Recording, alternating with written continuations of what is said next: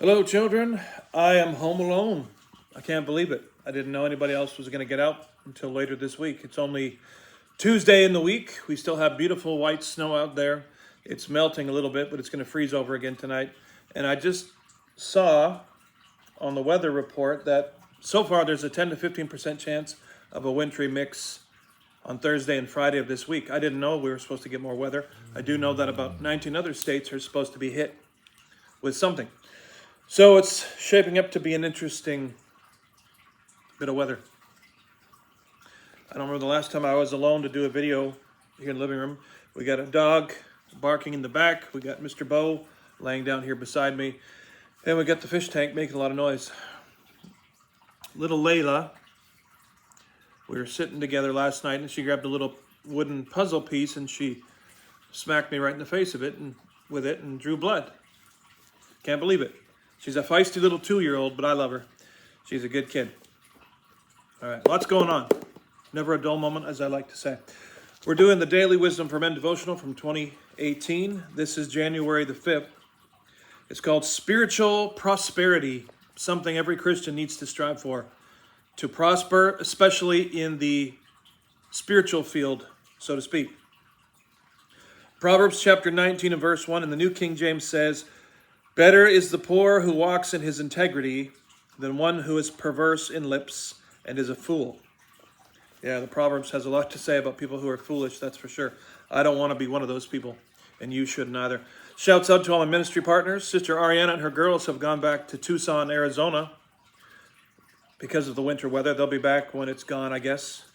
I promised her that I would save some snow and dump it on her doorstep when she gets back. I still got to do that.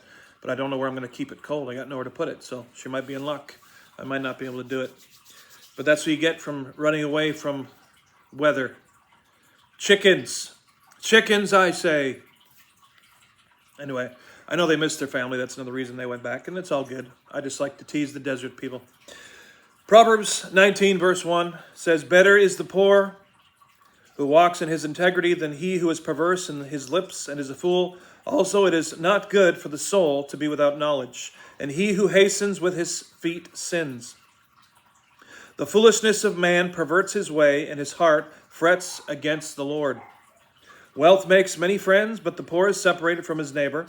A false witness will not be unpunished, and he who speaks lies will not escape. Many will entreat the favor of the prince, and every man is a friend to him who gives gifts. All the brothers of the poor hate him. How much more do his friends go far from him? He pursues them with words, yet they abandon him. He who gets wisdom loves his own soul. He who keeps understanding will find good. A false witness will not be unpunished, and he who speaks lies will perish." Let's stop there. Oh yes, we've got the cats back in the house. They've come back around. One of them I thought was gone, and she's come back because of the cold weather. And we let the other one that stays right outside the door, we let her come in because it's just too cold. Those cats wouldn't be able to survive it, and now they're over there growling at each other. It's been a long time since I've heard that sound. All right, spiritual prosperity. The man who walks in his integrity is satisfied at the end of the day. I can attest to that. I like to claim and admit that I believe that I am a man of integrity. And I'm not saying that in a boastful way or a proud way. I think a Christian, whatever you do, if you have a job, I think you better do your job to the best of your ability. If you're a Christian, walk the walk with Christ as best as you can. Be a person of integrity. There's nothing wrong with that. We should all strive to do that. And people who do now are basically called radicals or zealots, and it shouldn't be that way. Being a holy and upright Christian is normal. It should be that way for everybody. And we live in a world now where if you, like I said, you're just considered to be strange and unnatural if you want to walk with integrity. He's done an honest day's worth of work, treated people well, and comes home to a meal that no king would necessarily desire, but it fills his stomach and he's thankful for it. He has nothing to be ashamed about. He's put forth his best effort, and tomorrow is another day. The man who is crooked, however, is foolish. He speaks lies and cuts corners to get ahead. He mistreats people for his own gain. He dines extravagantly and drives fancy vehicles. His conscience bothers him from time to time, but he rationalizes his actions, telling himself that everybody does wrong things. He covers up his sins and falls asleep scheming about the next day. Not surprisingly, the Hebrew word for integrity in today's verse can be translated as prosperity. So, better is the poor who walks in his spiritual prosperity than the one who is perverse in his lips. That would seem to indicate a spiritual divide between the person who spends time trending to spiritual matters versus the person who spends time scheming to get ahead.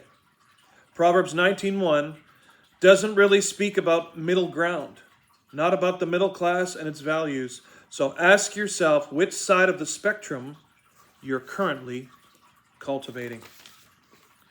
I like it when they're a little bit thought-provoking like that one.